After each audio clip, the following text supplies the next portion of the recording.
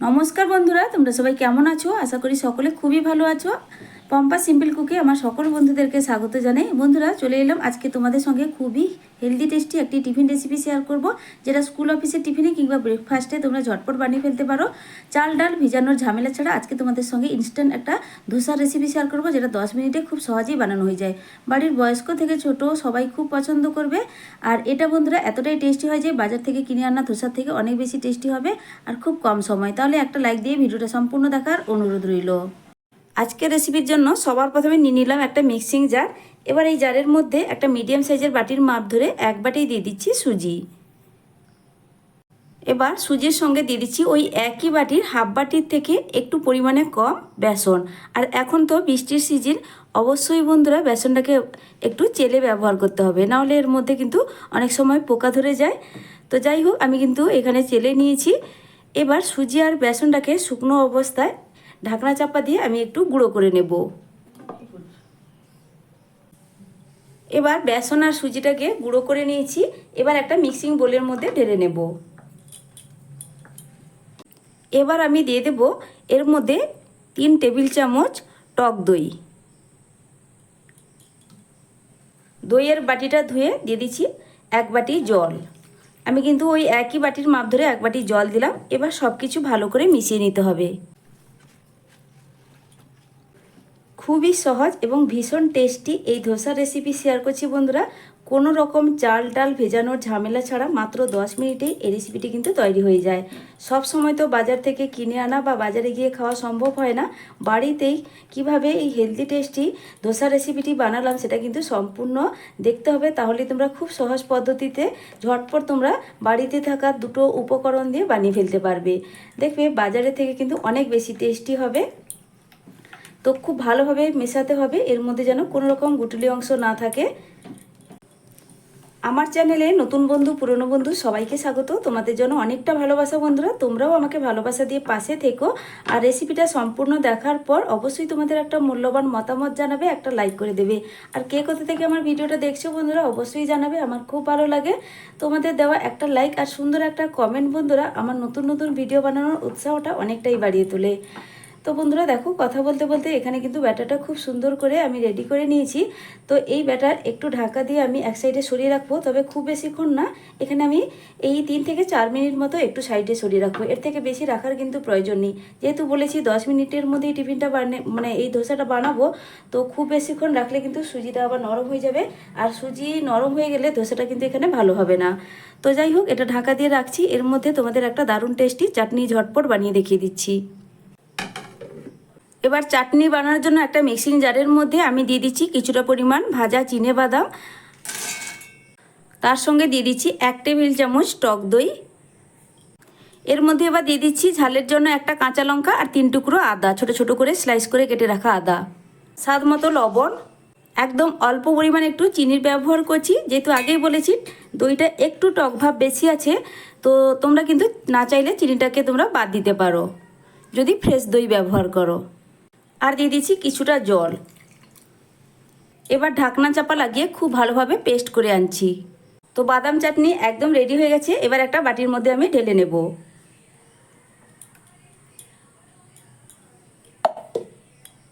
এবার এই চাটনিটার মধ্যে একটু তড়কা দিয়ে দেবো, তাহলে চাটনিটার টেস্ট অনেকটাই বেড়ে যাবে। তার জন্য দেখো 1 চামচ সরষের তেল একটা তড়কা প্যানে গরম করে এনেছি ভালো করে। এবার দিয়ে দিচ্ছি একটা শুকনো লঙ্কা 2 টুকরো করে নিয়েছি। তেলটাকে কিন্তু প্রথমে ভালো করে একটু গরম করে নিতে হবে। তো লঙ্কাটা একটু ভাজা ভাজা হয়ে গেলে এবার এর মধ্যে দিয়ে দিচ্ছি 1/2 চামচ কালো সর্ষে আর দিয়ে দিচ্ছি কয়েকটা কারি পাতা।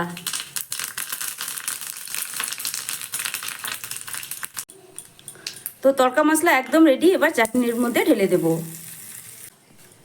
এবার একটু ভালো করে মিশিয়ে নেব। তো দেখো বন্ধুরা, চাটনিটা একদম রেডি হয়ে গেছে।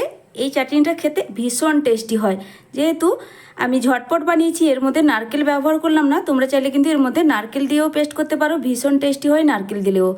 এটা রুটি পরোটা ইডলি ধোসা সব কিছুর সঙ্গেই কিন্তু দুর্দান্ত লাগে। এটাকে এক সাইডে সরিয়ে রেখে দিচ্ছি। এবার ধোসার জন্য যে ব্যাটার রেডি করে রেখেছিলাম ঢাকনাটা এবার সরিয়ে নেব।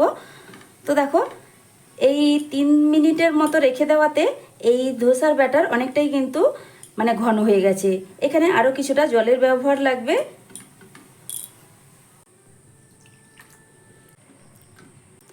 তো জলটা দেওয়ার পর খুব ভালো করে মেশানো হয়ে গেছে। এবার এর মধ্যে দিয়ে দেবো স্বাদ মতো লবণ। লবণটা দিয়েও খুব ভালো করে মিশিয়ে নেব।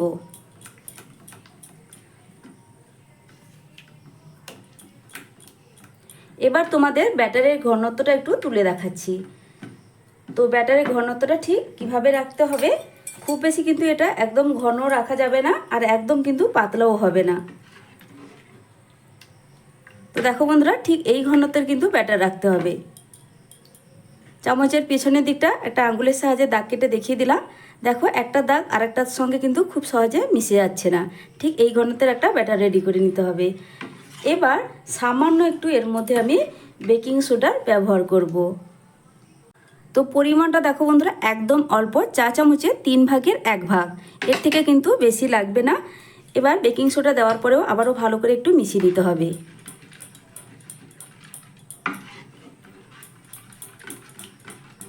ব্যাস, এখানে ব্যাটার একদম রেডি। এবার চলো ঝটপট এগুলোকে বানিয়ে দেখাই। ব্যাস, এখানে খুব ভালো করে মেশানো হয়ে গেছে। এবার চলো ঝটপট এই ধোসাটা তোমাদেরকে বানিয়ে দেখাই। এবার ধোসা বানানোর জন্য গ্যাসে একটা ফ্রাইং প্যান বসিয়ে দিয়েছি। এবার প্রথমে দিয়ে দেবো 2-1 ফোঁটা মতো রিফাইন্ড অয়েল, খুব বেশি কিন্তু দেওয়ার প্রয়োজন নেই। এবার দেখো বন্ধুরা, তেলটা চারদিকে একটু ব্রাশ করে দেব।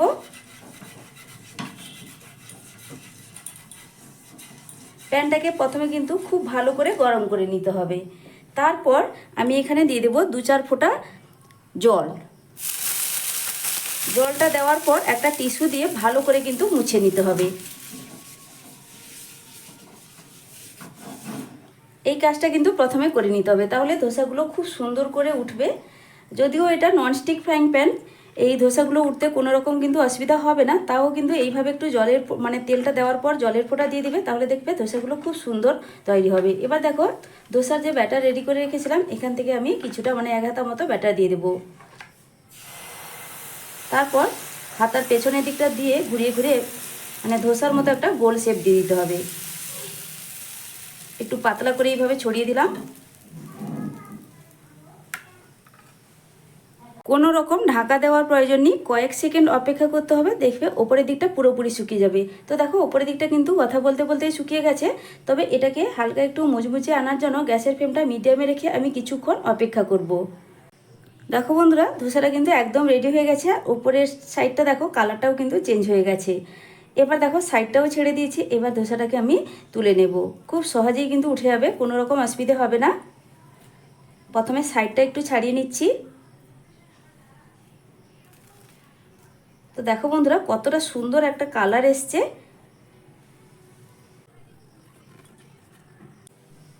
এবার ঝটপট আবারও একটা তোমাদের আমি বানিয়ে দেখিয়ে দিচ্ছি।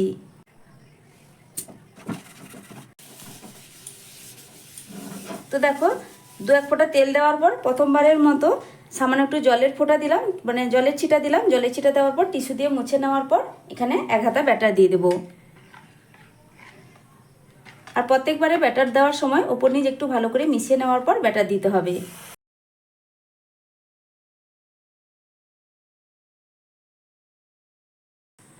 তো দেখো বন্ধুরা, এই ধোসাটাও কিন্তু খুব সুন্দর করে রেডি হয়ে গেছে, আর সাইডটা কিন্তু ছেড়ে দিয়েছে।